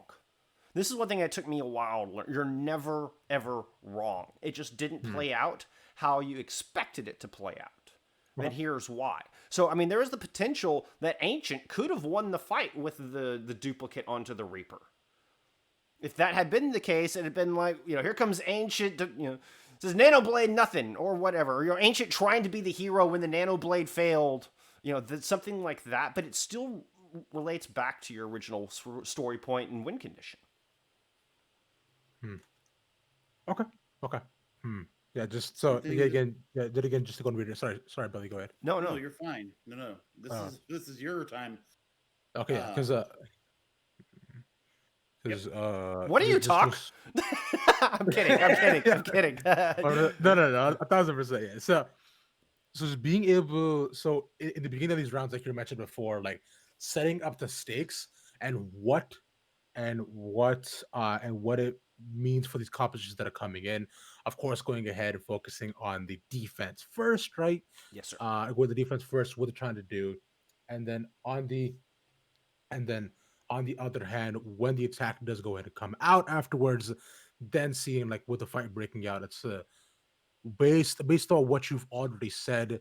So in this first fight, I'm assuming, of course, based on what the observer is showing me, but but from my thought process, I would try to focus on the defense initially, since that's what I've set up first, Yes, and sir. then as the fight goes on, then I can talk more about the attack, since I've seen what they've already done. So when the second or third fight comes in, I can try to focus more on them and their quick conditions for getting the fight or getting the point or whatever it may be. As soon as the gates open, I would focus on the attackers. Oh, okay. And honestly, your observers should be as well. Okay. The observers, they flipped over, I think, to FES here because FES had won the fight. So that's a common thing. Once FES is clearly in control of the fight, your observers are going to switch to whoever's winning the fight. Yeah. But from a general story point, once the gates open, you're focusing on what the attackers can do to break down the defense. And the defense, you've already established what they're trying to accomplish with their composition. And some of that comes back to prep. So we've seen this composition quite a bit in OWL and Contenders. The brawly dive composition we've seen. So with prep, you can understand what they're trying to accomplish. You know, the EMP is your big one. The EMP is your big win condition for this composition. But with Battle Angel, they're running something a little weird, right? Like this isn't something we're seeing a lot of. And it's okay to stop and be like, so what are they trying to accomplish with this? What is the win condition? And you can even say, I don't like the Echo here. I see what they're going for with the Nano Blade, but I think a Sombra might be more beneficial. We'll have to see how it plays out. And that's as the first fight is happening.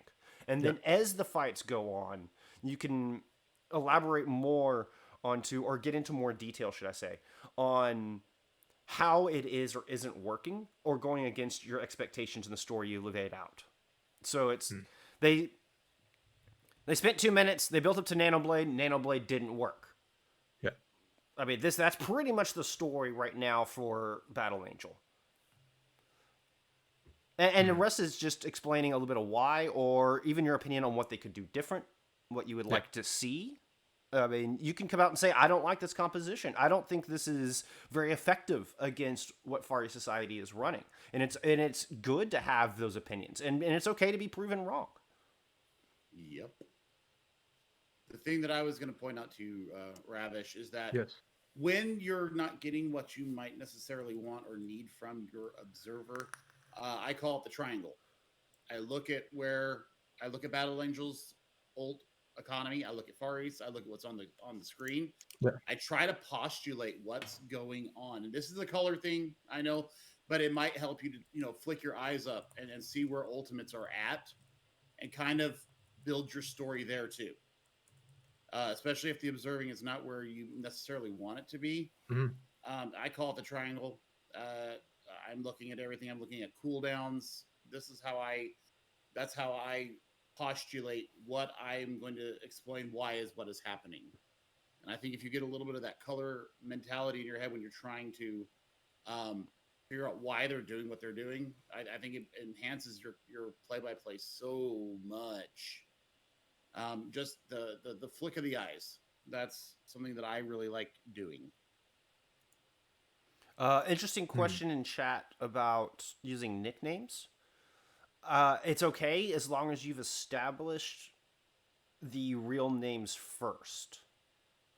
So Chipmunks is asking, can he call Grav Dragon a Dragon Ball Z?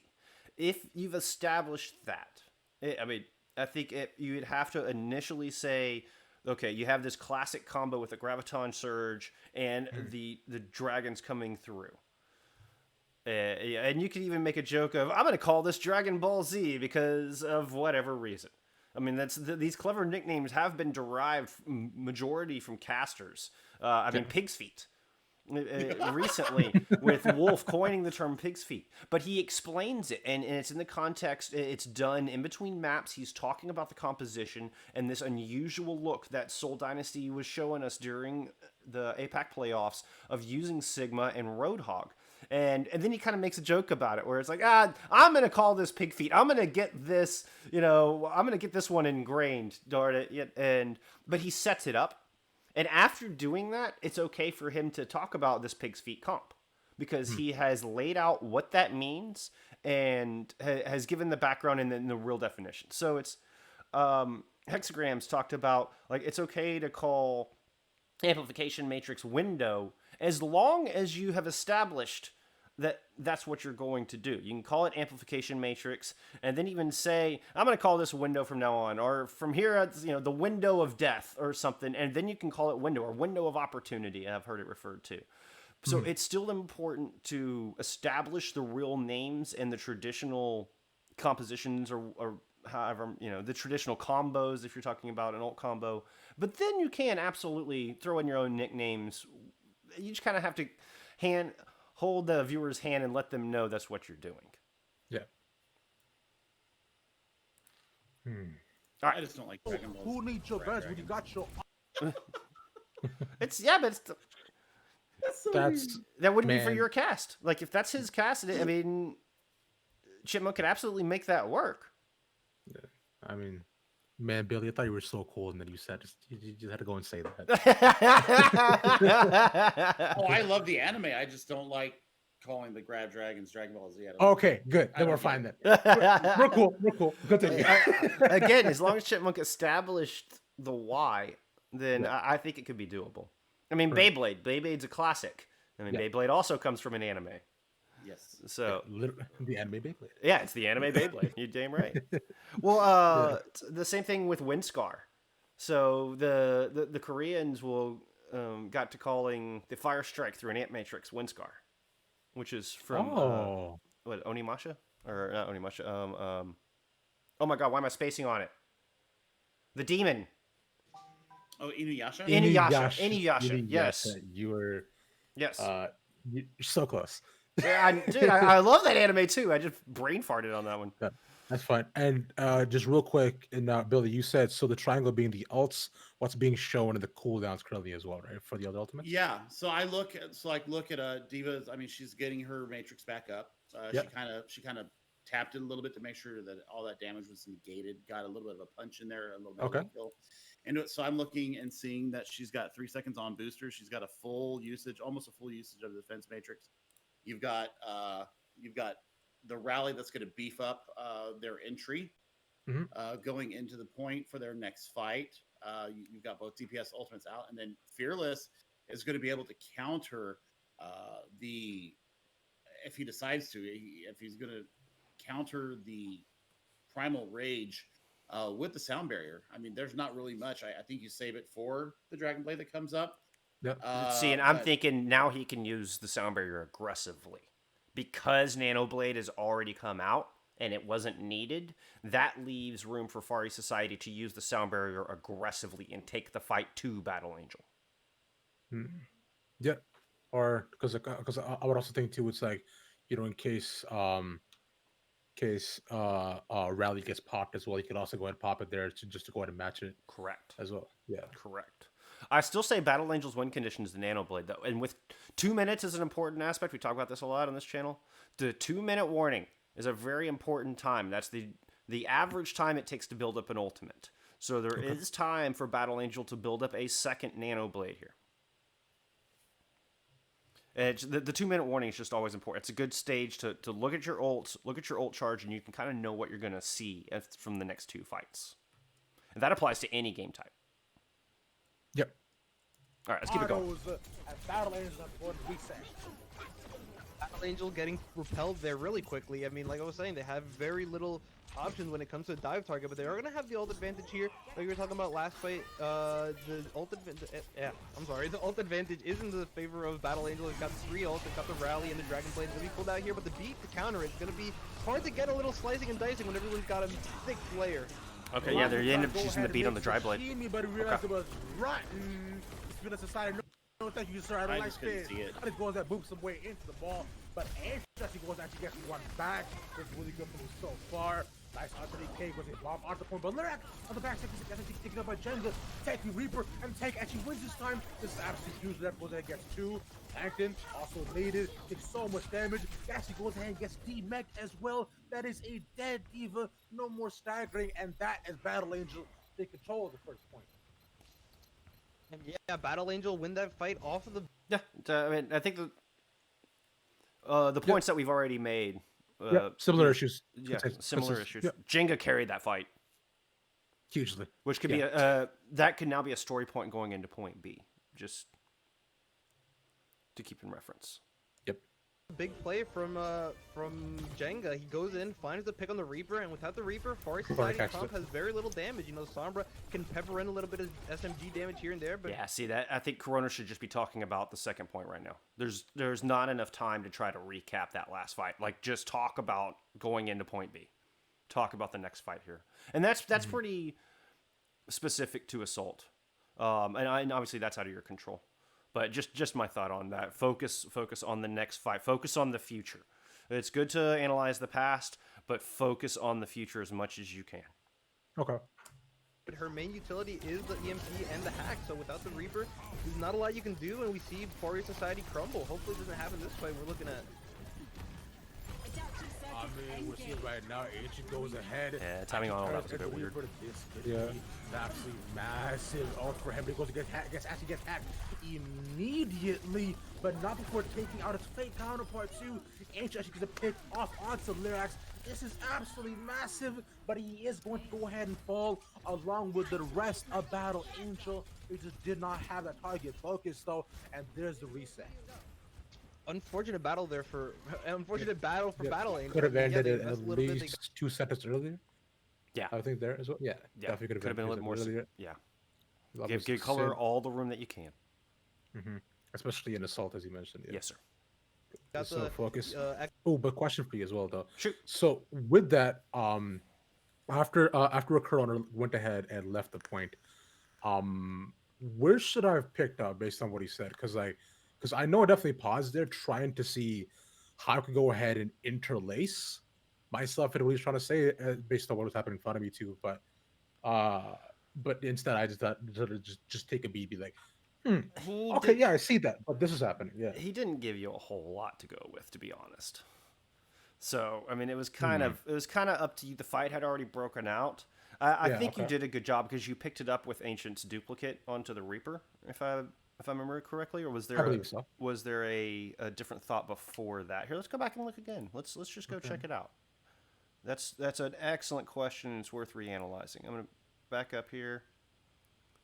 Okay. As Battle Angel, they control the first point. And yeah, Battle Angel win that fight off of the big play from Jenga. He goes in, finds the pick on the Reaper, and without the Reaper, Far East Society comp has very little damage. You know, Sombra can pepper in a little bit of SMG damage here and there, but her main utility is the EMP and the It's pretty hard. Ah! Stupid ads. That's And, and that might be something if you cast with Corona again, have that conversation. Like, hey, between A and B, let's focus on that next fight. yeah. It's more important to set up the future fight than to explain the previous one. And that gives you more to, and you can say, that helps me. It'd be really helpful to me to help guide into that next fight. Yeah, very much so. Just so I know where to go ahead and pick off, especially. Yeah. Yes, sir. without the Reaper. There's not a lot you can do, and we see Far East Society crumble. Hopefully it doesn't happen this way. We're looking at Yes, he went on for too long. We're seeing right now, Ancient goes ahead, actually turns into the Reaper. This could be Yeah, you do pick it up with the duplicate. massive ult for him. He goes to get hacked, actually gets hacked immediately, but not before taking out his fake counterpart too. Ancient actually gets a pick off onto Lyrax. This is absolutely massive, but he is going to go ahead and fall along with the rest of Battle. Was it though? Was that No, it picked was off not. massive? No, it was not massive at all. This is why I went ahead and added massive to crotch wares as well. Yes, sir. Go ahead here and massive. All right, let's grows. Let's grow, dude. Target focus, so, and there's the reset. It's true that we're all growing together. unfortunate battle for Battle Angel. I mean, yeah, they invest a little bit. They got the Echo ultimate, but she gets hacked immediately, so not getting a lot of value out of that. But they're going to be building up to a couple ultimates here. They're going to have both tank ultimates. They're going to have the rally, so they've got a little bit of work with here. But Far East Society has that EMP, you know, very powerful when you can just shut the enemy team down, tell them that you're playing COD now. You only get to hit left click. So when you take away the enemy abilities, it's going to be really powerful. When you come in here, oh, he moves away! Coalesces out. The EMP goes ahead against 3, but Saki might be in a little bit of trouble. He's back to the corner. Hacked out immediately as well, going on to Jenga. And that is a dead monkey along with Monsoon. We cannot do much at all. The blade's not there. So they're trying to submit though. And yet again, Battle Angel, unfortunately not at a leader level just yet. Losing the fight. I'm not sure. Yes, that one could have thrown a full sentence sooner. I don't Yes. think you needed the last sentence at all. And No. especially for coming through with the story thread of Jenga carried the last fight. So Jenga's leading the charge for Battle Angel, making the space for even the Nano Blade to work. Once he died, fight was over. Yeah, he literally just got trapped in the corner and then couldn't do much at all. Yeah. Once he died, fight was over. I gotta say the Brig's name, Sir Too Quick. Figure that out before. Almost coming in with a big the way the CMP, if he would have booped him a little bit earlier, a little bit further, there's a possibility that Soggy doesn't get anyone the EMP. He does, however, and it lands on the two pretty important targets, both tanks. So Fari Society able to hold on there, but it's gonna be looking good for Battle Angel here. They've got good position on point. Bossy, they get hacked up though, and just look at the firing squad that's coming on the far side of Fari Society. Like, man, Sasha did so much work at the spacing while Lick's able to just fire away up out of the backside to everybody in Masu, trying to show the shuriken, but we stuff back into the point here. But this is a very dangerous position right now for Fari Society. They're quite far forward.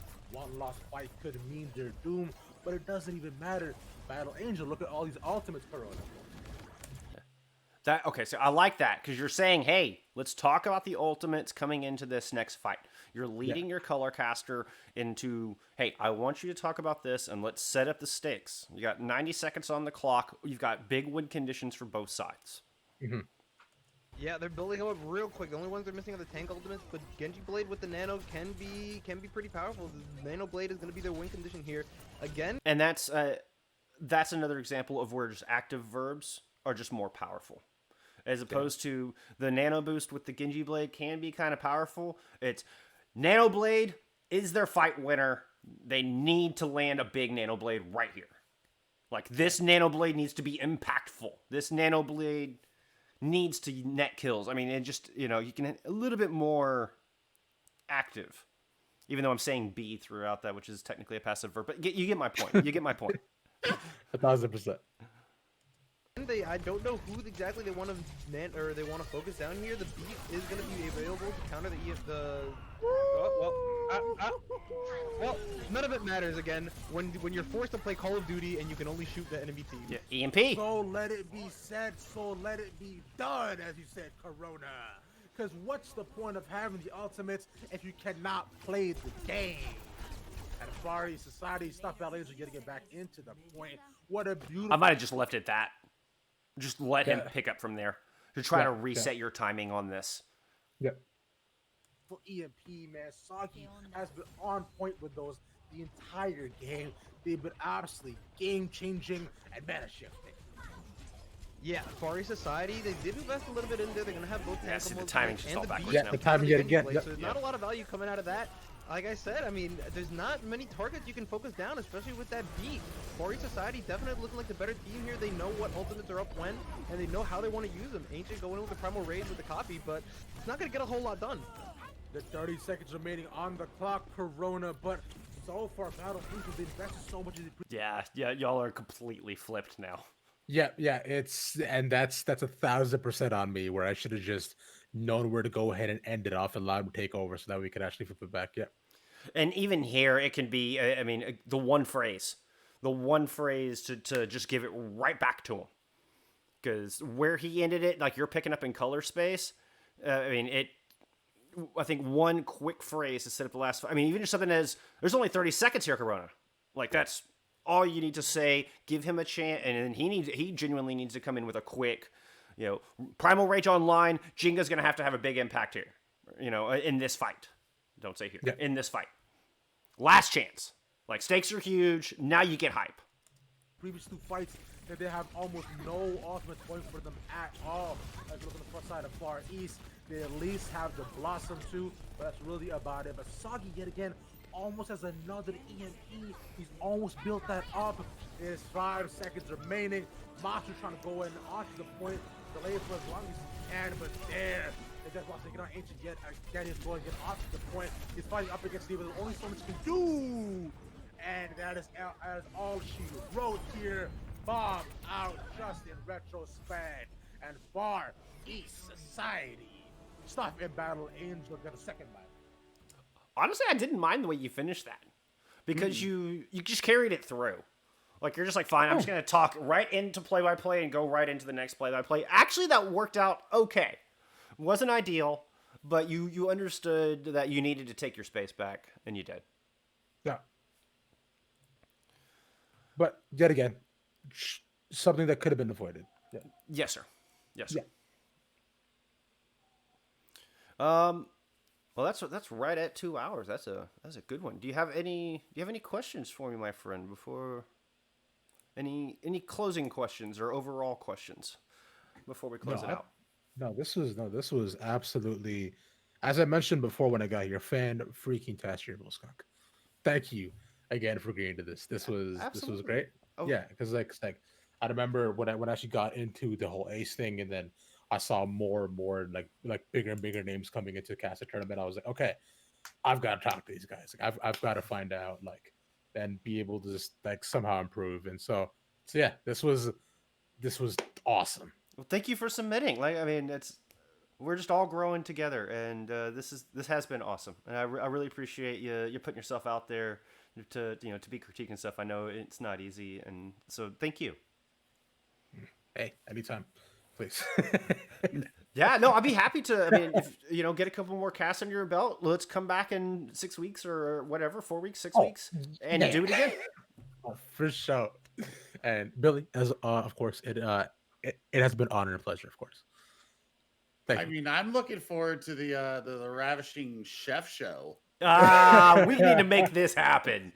I think need the to make Ravishing this Chef happen. show is that's just in the cards. Like, we got to get the stars to align and make that happen. I don't think the Overwatch community would be prepared for the sheer amount of personality coming out of that cast. I mean, hey, if Ace wants me to bring another color caster, I mean, I know who to hit up. If it's on a weekend, absolutely. But I mean, I go to work at Oh, yeah. Oh, of I have course. to be at work at 5 in the morning. All So, right. yeah. All right, then, like Mr. Bullskunk said, if it is in the heart of the cards, then it will happen. We'll make it happen. There's plenty of tournaments coming up. There's plenty of opportunities. So Yeah, for sure. All right. With that being said, gentlemen, I guess I will go ahead and take my leave. Thank you again very much for having me on, and thank you, Stream, for all the feedback as well. yes, Appreciate sir. it. I hope it was helpful. Oh, wonderfully so. Y'all have a good night. Thank you as well. And we'll go ahead and close out Caster Class. It's been 2 hours. I don't want to over inundate y'all, and I want to go try to catch the end of this Stars game, frankly. So we're gonna go ahead and shut this down. But we will see you next week at 8 o'clock Eastern. We'll have more Caster Class, and we're all just gonna keep improving. Billy, thank you as always for joining me. Of course, everybody wash your hands and know that I love you. All right, folks. We'll see you next time. Bye.